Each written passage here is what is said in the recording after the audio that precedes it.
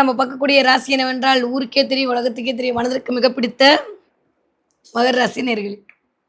மகர ராசி நேயர்களுக்கு இந்த 1 மாத காலம் எப்படியெல்லாம் இருக்க போகுது, என்னவெல்லாம் பண்ண போகுது அப்படின்னா, பார்ப்போம். இமயமலையாகாமல் எனது உயிர் போகாதுன்ற மாரி பின்னாடிலாம் என்னென்ன மோட்டிவேஷன் இருக்கு எல்லாத்தையும் போட்டுக்கோங்க. நானும் சேர்த்து போட்டு விடுறேன் 4 பிட்டு.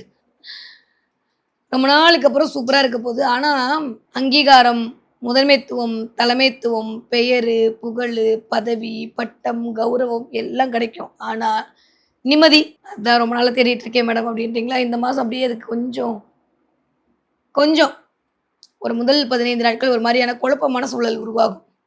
ஏன்னா, குருவும், சுக்கிரனும் உட்கார்ந்து என்ன ஒரு செம்ம விஷயம் என்ன தெரியுமா மகரத்துக்கு?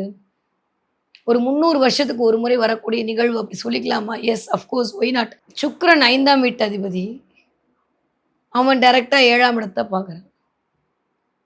3ஆம் வீட்டு அதிபதி குரு, அவர் டைரக்ட்டா 7ஆம் பார்வையா பார்க்குறார். இப்போ 3 கூடையப்பட்டவன் 7ல் அமர்ந்து 5 கூடையப்பட்டவன் 7ல் அமர்ந்து பார்த்தா, கண்டிப்பா காதல் திருமணம் கைகூடும். யாருக்கு? மகர ராசிக்காரர்களுக்கு. வீட்ல ஏதாவது லவ் பண்றேன் சொல்ல முடியலன்னீங்கன்னா, அந்த இருக்கும். இவருக்கு நான் ஒரு இடத்துல இருக்கேன், என் கணவர் ஒரு இடத்துல இருக்காரு. இந்த தடவ அந்யோன்யம் அதிகரிக்கும். நிறைய மகர ராசிக்காரர்களுக்கு குடும்பத்தோடு இணைந்து வாழ்வதற்கான வாழ்க்கை நடக்கும்.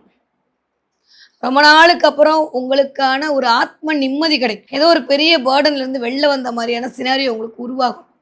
7ஆம் இடத்துல குரு உட்காந்து 7ஆம் இடத்த பால் பண்றாரு. அதெல்லாம் தாண்டியும் 5ஆம் வீட்டு அதிபதியும், 3ஆம் வீட்டு அதிபதியும் அமர்ந்து 7ஆம் இடத்த பார்க்க போறாங்க. இந்த 5, 7 சேர்ந்தா தான் காதல். நான் ஆல்ரெடி சொல்லியிருக்கேன். அது 3ஆம் இடம் சேர்க்கும்போது கண்டிப்பா அதுக்கான வாய்ப்புகளை உருவாக்கும். நெறைய பேருக்கு ராசிநாதன் ஆல்ரெடி 3ல இருந்து குருவோட பார்வையில இருக்கும்போது இடம் மாற்றம் நிகழும். 3ஆம் இடம் தான் டிராவல். இந்த 1/2 மணி நேரத்துல போறது, 1 மணி நேரத்துல ஒரு நெறைய பேர் வீடு மாத்துவீங்க. ஏன்னா 4ஆம் வீட்டு அதிபதியான செவ்வாய் ஸ்ட்ராங்கா உட்கார்ந்திருக்காரு இந்த மாதம்.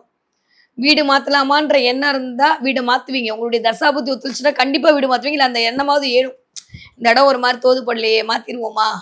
இல்ல வேற ஏதாவது இடத்துல ஆஃபீஸ் போடுவோமா? இல்ல வேற ஏதாவது பண்ணுவோமான்ற மாரி இடம் மாற்றம், வீடு மாற்றம், வண்டி மாற்றம், கார் மாற்றம், பைக் மாற்றம் எல்லாமே நிகழ்ந்தே தீரும்.